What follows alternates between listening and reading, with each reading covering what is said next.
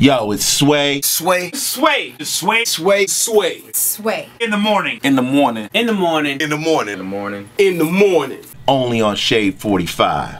Wake your fuck ass up. Yeah. Bitches. Krondon is here. Double R is here. Strong Arm Steady. 888-742-3345. We're going to open up the phone lines. Yeah. Xzibit is no longer a member of Strong Arm Steady, correct? In my mind, he will forever be a member of Strong Arm Steady. I don't know in his mind, but in my mind, and we're cool. Don't get me wrong. I just seen him.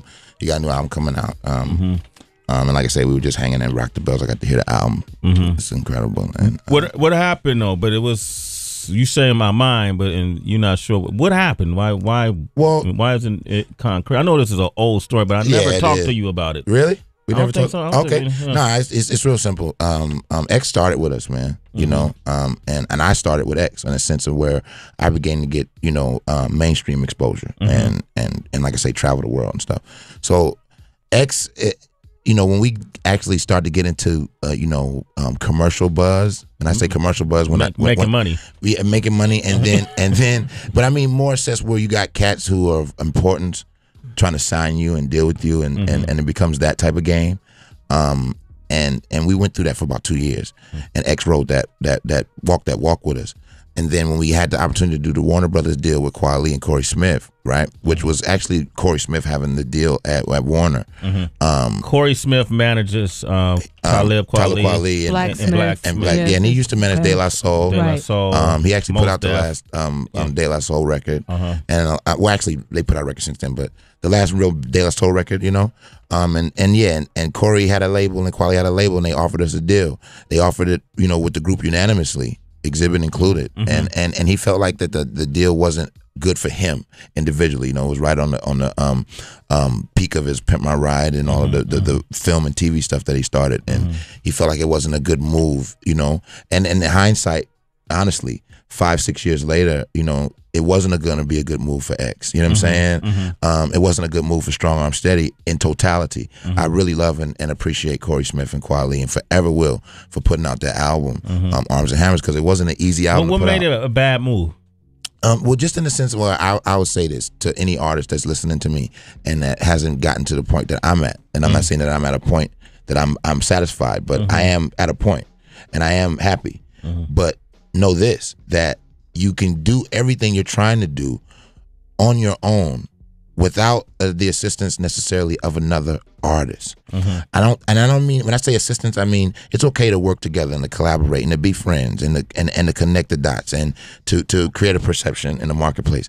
But do not sign your destiny in a music business. Again, a business.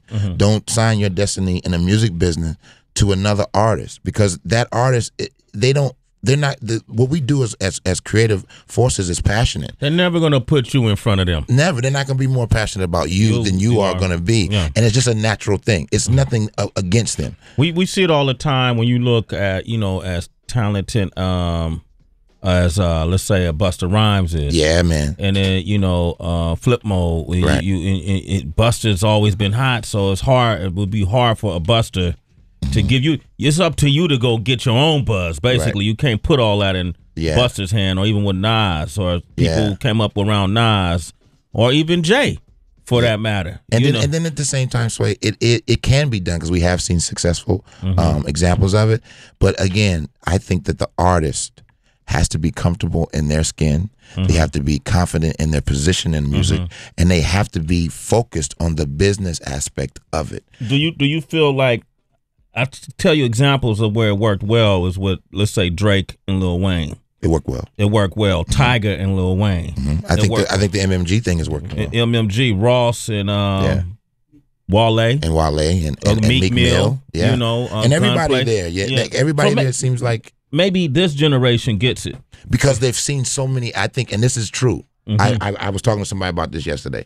You're right. This generation gets it because there's been, it's like anything. There can be so many examples, it's kind of like civil rights, you know what I'm saying? We got a black president. So it's so many examples of fuck shit that we as a people have no choice but to correct it and turn it around.